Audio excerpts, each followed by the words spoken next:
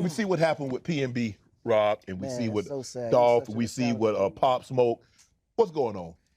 it goes back to this generation again trying to prove to people, right?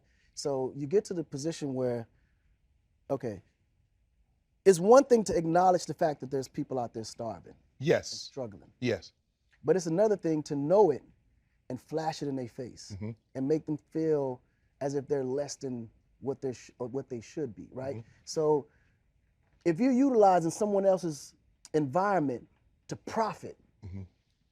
the people that's being profited from is gonna feel some kind of way. Right. And they're gonna feel like not only did you owe them something, but it's disrespectful. That's just being poor and knowing this, right? Right. So when you get to a situation like that, you gotta also respect the idea of knowing that the environment in which you came from, that you don't plan to go back, or if you did, or if you haven't done anything for those people that feel that you should, there's gonna be some repercussions in you opening up the treasure trunk of your blessing. Mm-hmm.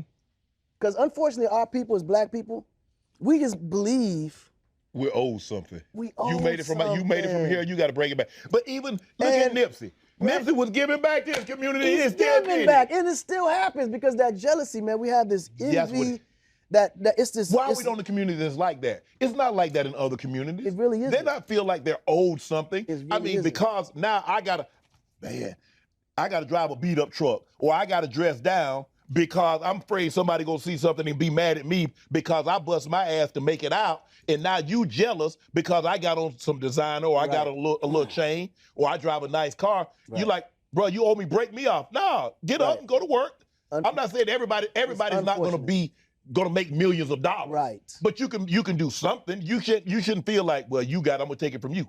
It's just unfortunate because we've created this scenario that we have to value ourselves with material things. Right. And That's how we material measure things- ourselves. Right. That's how we measure ourselves. So when somebody's coming up, the first thing they do is buy a car, buy a house, buy some jewelry.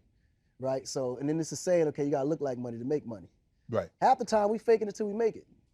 And that's just being real. Now I ain't going in debt till I make it. I'm just saying, I'm as a gonna be culture, patient. Yeah, as a culture, we it fake is. it till we make it. It is. Right? Yeah. Because it's like a radar, because if I walk into a business meeting and somebody's all trinketed up with all these ornaments on them, I already know he ain't got no money. I already know you broke. You ain't fooling me, bro. That used to be me. Yeah.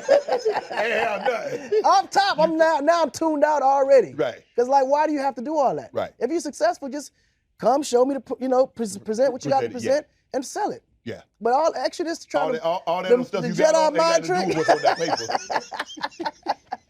You said you believe labels are making money off rappers dying. Oh yeah, for sure. I mean, because believe me, there's a lot of things that can be put in place to prevent it. Believe it or not, Mhm. you know. But at the end of the day, we can't always blame the establishment for mistakes that we make. Right. Right. Because it ain't like we don't know better either. Like, it goes back to people used to always get on Jay on why he don't go back to Marcy Projects. I'm like, why should he? Yeah. And do what? Because And somebody do what? jealous. And do what? But why are we like that? I mean, you look at Justin Timberlake ain't trying to beat up Robin Thicke. I mean, you know what I'm saying? I mean, Adele ain't trying to fight. So why is it the rap culture? Why is it us that feel that even if it's nothing there, we'll create a situation? And it's about, all of a sudden now you got to be disrespectful about somebody's girl. Right. You got to be disrespectful about, how I snatched your chain and you snatched theirs, or I ran up on your boy. What's so big about that? Honestly, I could never understand that. Till this day, I don't know how to answer a question like that.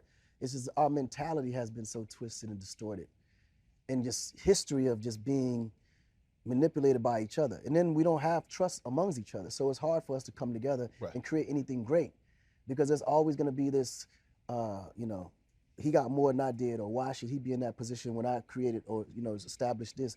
It's never say, look, let's just put all that aside and figure out how we can come together, put our source together and create something great. Right. Without actually wanting it for each other, than to be jealous of each other. Right. It's tough. I mean, you can always blame it on history, because we always been separated according to classes. We always been, but at the end of the day, there has to be a time in life where we can say, you know what, yes, it happened, but we can do something about it. Right.